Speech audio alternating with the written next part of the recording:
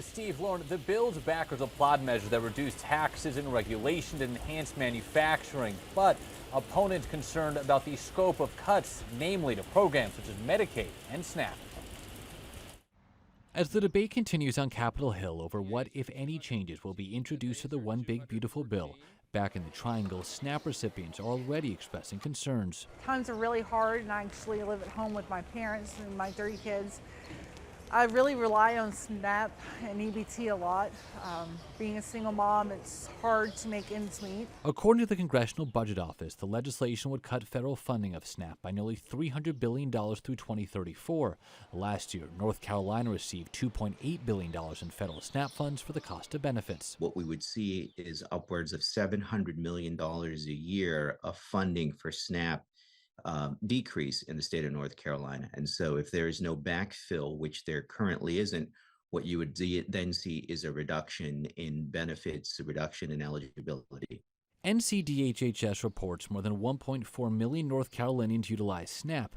That includes 1 in 6 in rural areas or small towns compared to 1 in 9 in metro areas. One study finding that older adults' participation in SNAP led to fewer hospital admissions and emergency department visits, equaling an estimated annual Medicaid cost savings of $2,360. Further, every dollar invested in SNAP generates between $1.50 to $1.80 for local economies. So it doesn't take a lot of imagination to see how the dots connect and how that SNAP program is indeed so foundational to not only health, but the economic engine in North Carolina. It could also have a trickle-down effect impacting food banks, which have reported increasing requests over the past few years. You got a lot of young children and elderly using SNAP.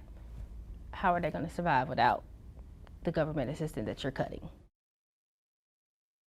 Which is designed to cut federal funding or federal spending of taxpayer money, would also introduce more work requirements for SNAP recipients, raising that age from 54 to 65. It also would extend it from parents with children to younger than 7 years old. Currently, it is younger than 18 years old. Now, again, this is the House-passed version.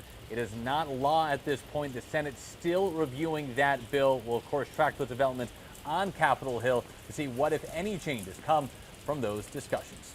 In downtown Raleigh, I'm Michael Perchik, ABC 11 Eyewitness News. Yeah, the Senate